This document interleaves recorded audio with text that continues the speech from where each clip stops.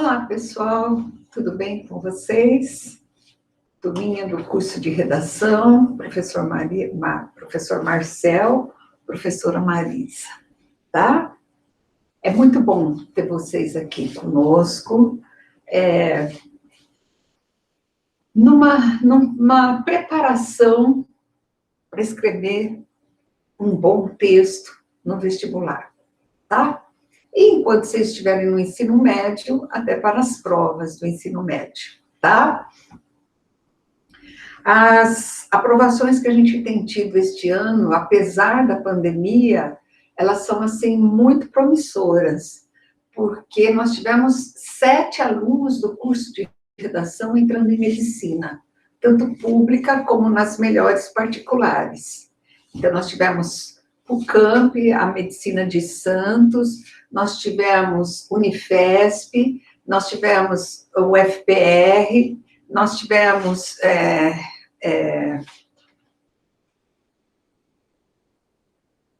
ainda, né, a Unesp ainda vai acontecer no próximo sábado, então nós tivemos, assim, índices muito significativos. Primeiro lugar da odontologia da USP de Bauru.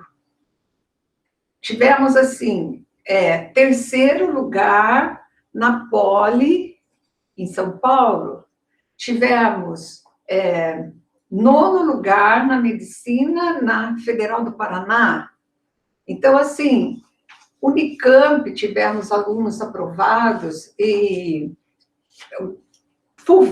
USP, né, tivemos FUVEST, alunos aprovados, saúde pública, nós tivemos alunos aprovados em engenharia elétrica na Unicamp. Então, assim, muito animadores os resultados desse ano, apesar da pandemia. Então, vocês vejam que realmente o curso, com todos os conhecimentos que o aluno também traz da sua escola, né, do seu colégio, muito significativos, tá? Então, estão todos de parabéns, e é uma motivação para o pessoal deste ano se dedicar para que no vestibular de 2022 a gente tenha resultados equivalentes, tá? Essa semana a gente tem 2 redações para serem comentadas. A das aulas 9 e 10, que era a parte 2 de imagens, que era aquele tema que falava sobre tecnologia, poder e violência. Então, aqui a maioria se posicionou como concordando com isso, que, vamos dizer assim, a tecnologia, apesar de ela fazer muitas coisas positivas, como, por exemplo, a energia atômica, na medicina, o laser aplicado, e na destruição da Segunda Guerra Mundial. Então, nós temos, na tecnologia, temos tido agora na medicina resultados muito significativos na busca da vacina, na busca de um remédio que solucione o problema da pandemia. Então, a gente vê que a tecnologia é muito importante, a ciência é muito importante, porém, o homem não evoluiu tanto quanto, vamos dizer assim, no aspecto científico, ele não evoluiu na mesma proporção no aspecto ético e moral. Então, era esse o questionamento do texto, tá? Vocês citaram Karl Marx, que estava na coletânea, mas se esqueceram de falar do quadro O Grito, da foto de Kim Puck e do texto de Bertolt Brecht, que falava que tudo que a gente tem no futuro é fruto, tem como base aquilo que a história e o passado trouxeram para nós, tá? Aí, gente, o que eu notei de falha em termos na organização do texto. Na coesão, falhas de pontuação, no uso das conjunções, no uso dos pronomes relativos e das preposições. Cada vez que eu troco, é porque não estava bem harmonizado onde foi colocado. Uma adequação vocabular também, um texto dissertativo requer um vocabulário mais preciso, mais objetivo. Cuidado com os períodos longos. Quando eu falo períodos, eu não estou falando parágrafo. Períodos longos é da maiúscula até o ponto final. Aí, às vezes, você vai ver, o aluno fez 6, 7, 8 orações no mesmo período, pondo vírgula, vírgula, conjunção, vírgula. Então, você não sabe mais qual é o sujeito do qual é a principal, qual é a coordenada, a subordinada está ligada a qual oração principal.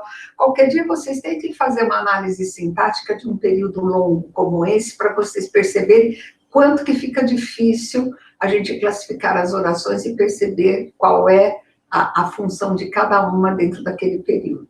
Então, eles escreveram lá 3, 4, máximo 5 orações, é ponto final. Continua na mesma linha, não precisa fazer parágrafo.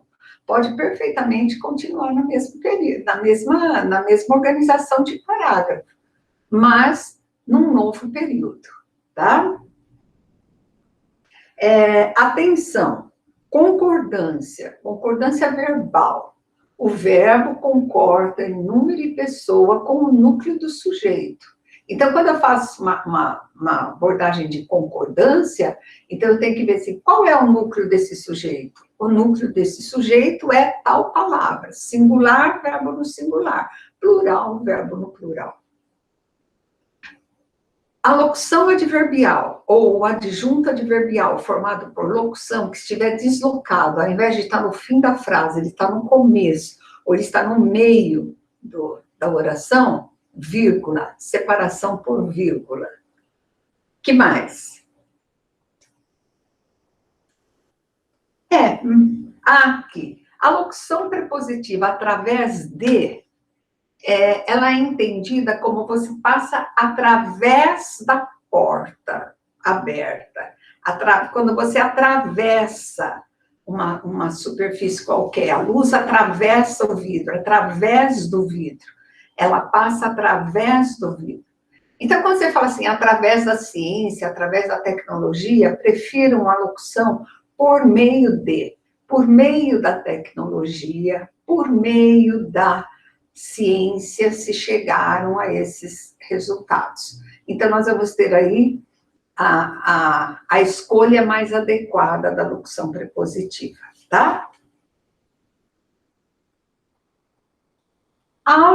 As aulas 11 e 12 agora. A narração. Então, narrar, contar uma história. Era para contar a história do sequestro do garoto PC Júnior, prodígio de 12 anos, fala do pai, que era um rico empresário, fala do Doris Gleison Silva, que era um investigador de polícia, assim, fracassado, e fala na Zoraide, né, que era a dona do banco do jornal e também a vidente chocólatra. Então, são itens que se somam para vocês comporem a história.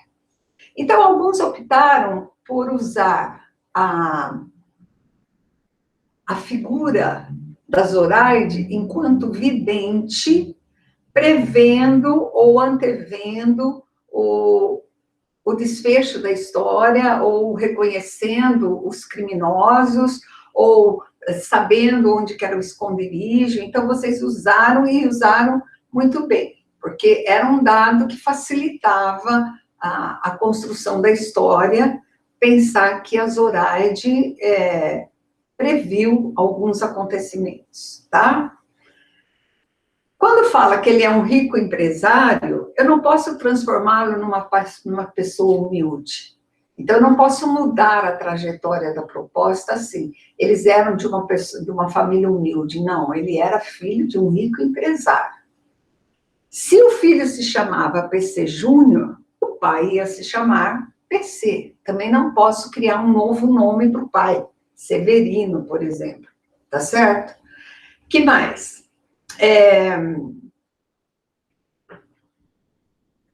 Fizeram corretamente o uso da primeira pessoa, todos narraram em primeira pessoa, acertaram, e cada um escolheu um narrador, tá? Ou a Fátima, ou o detetive, ou o garoto, tudo bem. Que mais? Cuidado para não se alongar nas apresentações e não sobrar espaço para o clímax, que era o momento de encontro entre os bandidos, o investigador, a solução do problema do PC Júnior. Então, teve gente que se alongou tanto apresentando personagens, falando um pouco de cada um, falando do lugar, falando vamos dizer assim, apresentando os dados, que sobrou um parágrafo só para falar todo o desfecho da história em termos de complicação, clímax e desfecho. Então, o correto seria, num primeiro parágrafo, você apresenta quem, quando, onde, o quê. Num segundo parágrafo, você já começa a desenvolver vamos dizer assim, qual vai ser a articulação para desvendar esse sequestro, tá certo? Então, cuidado para não se estender muito nessa parte e ficar faltando depois para a composição da história, tá? Alguns fizeram, outros não fizeram, então poderiam falar assim, mas eu não fiz narração porque não cai narração. Realmente é difícil, às vezes cai assim, a notícia, às vezes cai assim, escrever um artigo, um editorial, mas, vamos dizer assim, em forma de criar uma história, são poucos os vestibulares hoje que exploram. Ainda há, mas são poucos, tá? Mas ela cai na interpretação. Romance, novela, conto, vamos dizer assim, crônica literária, tudo isso envolve texto narrativo. E aí, as perguntas interpretativas são feitas em cima disso. Gostei que vocês utilizaram a descrição, alguns criaram todo um ambiente de expectativa, de tensão, descreveram as personagens, então isso enriquece, realmente enriquece o texto narrativo, tá? Na aula de hoje nós vamos trabalhar dissertação e texto dissertativo. Agora a gente vai com isso até o final do ano, praticamente. Dissertação. O que é uma dissertação? É fazer uma análise, uma reflexão, uma crítica, emitir uma opinião. Então, é um texto conceitual. É um texto que acontece no plano das ideias. Abstração de ideias. Eu analiso, eu penso, eu analiso, eu critico positivamente ou negativamente, eu, de repente, emito uma opinião, tá certo? Então, tudo isso envolve um trabalho reflexivo no plano abstrato. Enquanto na narração predomina o concreto, personagem, lugar, tempo, o acontecimento, aqui não, aqui acontece no plano das ideias. Por isso, demanda conhecimento do assunto. Eu não posso imaginar como eu imagino numa dissertação, numa descrição, ou como eu imagino numa narração. Aqui não, eu tenho que lidar com a lógica, com o raciocínio lógico. Então, o que eu tenho que ter? Eu tenho que ter conhecimento das coisas. Se eu não souber o que aconteceu, por que aconteceu, como aconteceu, não tem como eu argumentar sobre aquilo, como eu me posicionar sobre alguma coisa. Então, na verdade, ela demanda conhecimento do assunto e uma tomada de posição. Se for uma dissertação expositiva, eu não preciso tomar um posicionamento. Mas a grande maioria pede dissertação argumentativa, ou seja, eu tomo uma posição, vou defender essa posição, tentando convencer as pessoas de que aquilo que eu penso é o correto. tá? Isso envolve todo o universo cultural do aluno. O aluno que lê bastante, o aluno que assiste a vídeos, vamos dizer assim, culturais, informativos, alunos que sabem extrair dos conteúdos das diferentes disciplinas dados para compor a sua redação, principalmente a parte de filosofia, de sociologia, de história, de geopolítica. Então, eu trago para o meu texto muitas informações que eu tenho no conteúdo de outras aulas, tá certo? Os autores que eu conheço, os pensamentos, as ideologias. Então, tudo acontece aqui, gente, no plano conceitual. Tudo é abstrato. Então, está na minha cabeça a minha opinião sobre determinado fato, sobre os temas em geral, que eu vou tentar passar para o papel, convencendo um leitor, no nosso caso, um corretor de vestibular, de que aquilo que eu penso faz sentido, está sustentado por uma base argumentativa. Então, quando eu não conheço muito o assunto, o que eu vou fazer? Eu vou pesquisar. Vai lá no Google, vai lá no YouTube e façam lá uma pesquisa, coloque lá o tema e vai abrir uma série de informativos, de análises, de reflexões a respeito daquele tema, e você escolhe 2 ou 3 para você ler, e você vai ampliando o seu universo cultural, de modo que você tenha outros dados que não apenas aqueles que você já possuía. Isso é uma forma de vocês incorporarem o seu universo cultural. É a coerência externa, aquilo que eu trago de fora para o meu texto. Então, as informações, nossa, eu li isso daqui, achei que é muito pertinente, então vou usar na minha redação, tá certo? Evitem cópia de artigos, de trechos. Quando vocês têm, assim, um trecho que é relativamente extenso, então vocês vão subtrair a ideia principal, identificando que essa ideia é de tal autor, tá? Se tem a publicação do livro, publicado em tal artigo, em tal livro, ou em tal congresso, e tragam esses dados para a sua redação. Ah, mas na hora do vestibular eu não vou ter como consultar o Google. Mas você fez isso o ano inteiro, toda semana. Então, o que aconteceu? O seu universo cultural se expandiu muito. Muitos desses dados ficaram retidos na sua memória. E na hora do vestibular, nossa, aquilo que eu li aquela vez, aquilo que eu coloquei naquela redação, e vocês podem aproveitar no texto que vocês estão redigindo. Existe uma coletânea, mas a coletânea é apenas uma referência, um caminho. Não é válido e não é visto, assim, com bons olhos, o aluno que fica tirando pedaços da coletânea e colocando no seu texto, tá certo? Ela é um referencial, mas ela não pode compor toda a sua argumentação, tá? A tomada de posição é essencial no texto dissertativo e ela deve ficar muito claramente estabelecida no parágrafo também inicial. Para quem tem uma certa dificuldade para compor a dissertação, para os alunos que estão, assim, começando no estilo dissertativo, geralmente os alunos do primeiro médio, segundo médio, tem vamos dizer, uma diversificação de gêneros textuais, e às vezes demora um pouco para chegar na dissertação. Aí, então, nós propomos um projeto de texto, que às vezes o aluno fala assim, eu fiz até um determinado ponto, depois não consegui continuar, empaquei ali e não foi para frente. Então, o que eu aconselho? Faça esse projeto. Introdução. Li, analisei, refleti o que eu vou defender.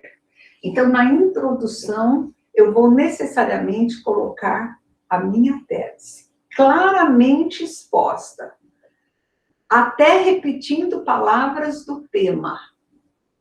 No nosso caso aqui, a intolerância em xeque, então, de repente, repetindo a palavra intolerância. Qual é, vamos dizer assim, hoje, como que se enxerga, como ela é vista de uma maneira geral pela sociedade, a questão da intolerância. Aí, então, para defender e para definir exatamente qual é o ponto de partida de vocês, o que vocês estão defendendo, eu quero que grifem a tese. Grifem exatamente onde é que vocês colocaram o seu ponto de vista. O que na realidade vocês vão defender no texto inteirinho. Por que eu insisto nisso? Porque às vezes o aluno se distrai e ele vai falando, de repente a tese dele vai parecer quase já lá na conclusão. Então ele, vamos dizer assim, inverte a estrutura dissertativa. Dissertação exige clareza, objetividade, um texto simples e fácil de ser compreendido, sem que isso abra mão de uma sustentação argumentativa realmente eficiente. Então, nós vamos ter aqui na definição, não se esqueçam, fazendo a atividade dessa semana, de grifar para mim, como vocês quiserem, em negrito, com risco, mudando o formato da letra, como vocês quiserem, mas que fique mudando a cor, que fique muito claro o que vocês estão defendendo. Definir minha tese, aí então eu vou pensar como que eu vou provar isso.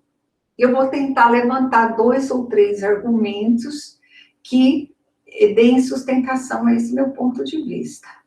Seja um argumento histórico, seja um argumento comparativo, seja um argumento de análise conceitual de intolerância, vocês decidem. Então, nós vamos escolher lá 2 ou 3 elementos que vão provar que isso que eu falei na minha tese é procedente, é verdadeiro, tá? A apresentação dos argumentos deve obedecer a uma progressão lógica. O que isso quer dizer? Um parágrafo se encadeia ao outro numa progressão de raciocínio lógico. Então, não é cronograma, não é tempo, o que eu disse anteriormente se articula com o que eu vou dizer depois, que se articula com o que eu vou dizer em seguida, que se articula com a minha conclusão. Então, uma coisa que conduz a outra, de modo que haja uma progressão lógica na apresentação dos seus argumentos, que vão conduzir naturalmente a uma conclusão. Então, como é que eu vou concluir?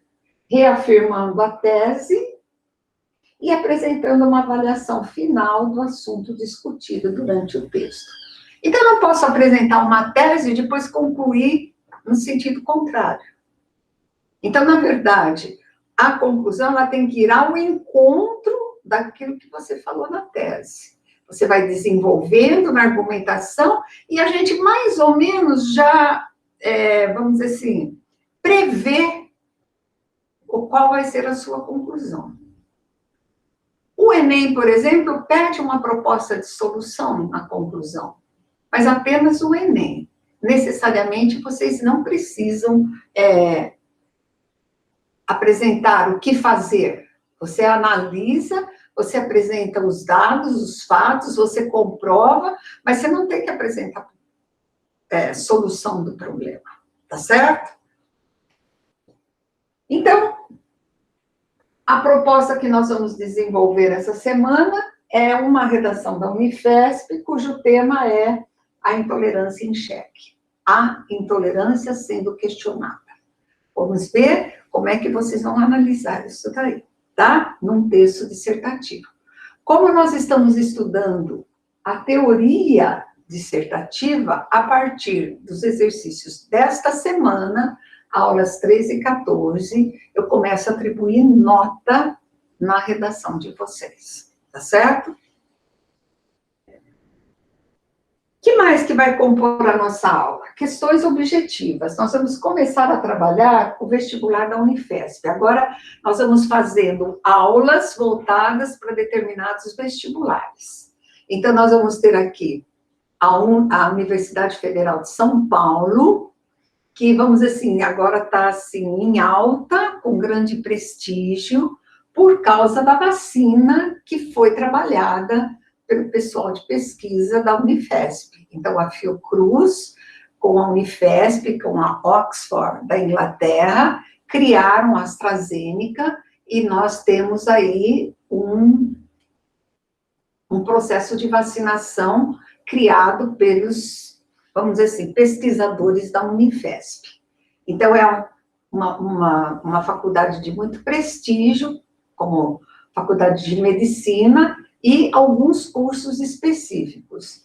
Alguns cursos ela seleciona pelo Enem, e os cursos mais concorridos, existe o próprio vestibular da Unifesp. Então, a gente fala que é um vestibular misto. Metade é a nota do Enem, e metade é a nota do próprio vestibular. O que nos interessa? Que o vestibular da Unifesp é produzido pela VUNESP. A VUNESP faz os vestibulares da Unesp. Então, mesmo que você não preste Unifesp, você estará estudando para o vestibular da Unesp, porque é a mesma equipe que prepara e tem mais ou menos o mesmo perfil, tá? As questões objetivas vocês vão responder direto no site. Se eu não me engano, são 32 questões. Aí nós colocamos uma questão discursiva para nós treinarmos também a segunda fase dos vestibulares e selecionamos FUVEST. FUVEST, o vestibular que credencia para estudar na USP. Todos os cursos da USP. E a proposta de redação, que eu já falei. Como nós estamos estudando Unifesp, eu selecionei um tema de redação da Unifesp para vocês trabalharem. E a intolerância está ainda muito presente. No esquema da pandemia, em que as pessoas estão, assim, tão desestruturadas emocionalmente, então, de repente, a intolerância sendo ampliada e também sendo combatida. Então, vamos analisar, né? Vamos trazer esses dados para agora.